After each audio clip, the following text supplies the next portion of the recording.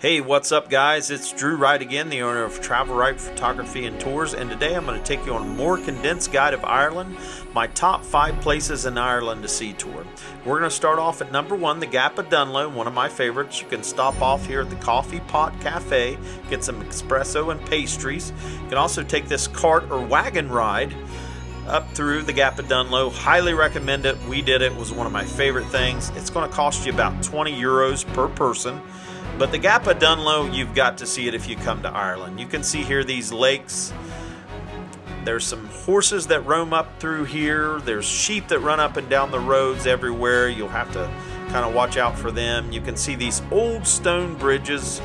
Absolutely so cool. I was expecting to see a troll pop out of the side there. These black lakes, at least they look black, but it's the peat moss that sits underneath of them.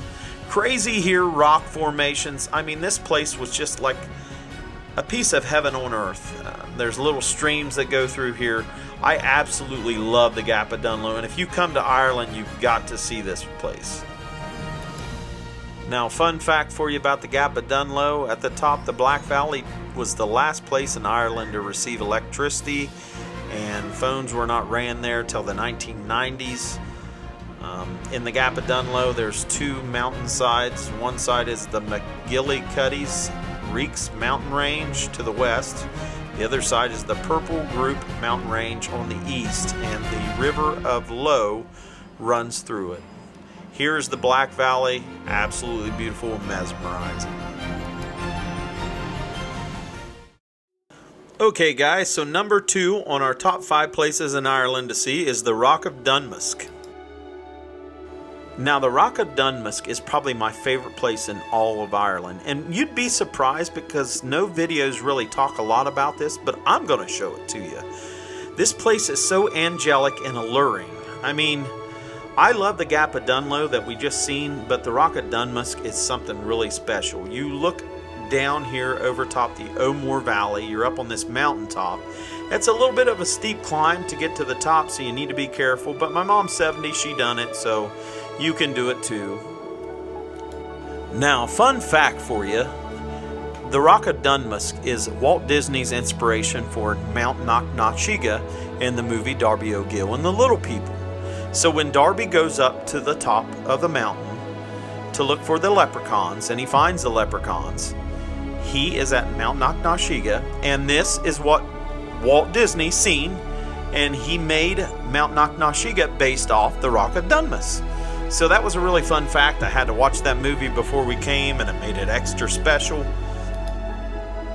Now, a little bit more history for you. The name Dunmask originates from the Irish Dunmask, means fort or mask, and it was once a fort for the Irish kings of Laois County, and hopefully I'm saying that right. In 845 AD, this place was attacked by the Vikings. So this place goes way back with some history. Also in 1320, Dunmask was attacked by local Gaelic forces. It was abandoned until the second half of the 14th century. Then it was reused in 1640 during the Irish Confederate Wars. But it was hugely destroyed in 1650 during the Cromwellian invasion.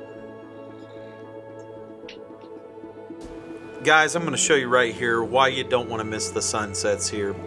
Come here about evening time, overlook the Moher Valley. I can see why they built this fort and castle up here. You can see out from everywhere, so if anybody's coming to attack, you know, I don't really know what happened with the Vikings. They must have dropped the ball on that one, but beautiful, beautiful golden collars. This place was so awesome. Me and my son come up here, and we set up here till about 2 o'clock in the morning because they said the northern lights were going to be visible. So we got to see them. We got to photograph it, do some video. Just beautiful. So if you come to Ireland, definitely check out the Rock of Dunmusk. Nobody's talking about it. You got to see it.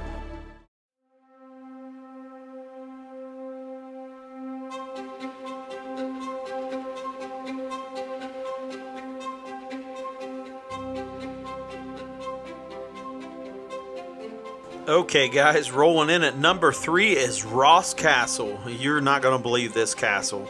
The lake, man, the sunsets in Ireland are just extra special. Now, Ross Castle is a 15th century tower house, and it's in Killarney National Park. And it's right beside Killarney, which is a town that you've got to see, or a city that you've got to see. Has live music, great food, and it's just a fun place. It's probably my favorite place as far as a city in all of Ireland. Now, a little bit of the history. Ross Castle was built in about the late 15th century by the local ruling clan, the O'Donoghus. It passed through different hands until eventually it was released to Sir Valentine Brown, and he was an ancestor of the Earls of Kenmore. The castle was amongst the last to surrender to Oliver Cromwell's Roundheads during the Irish Confederate Wars.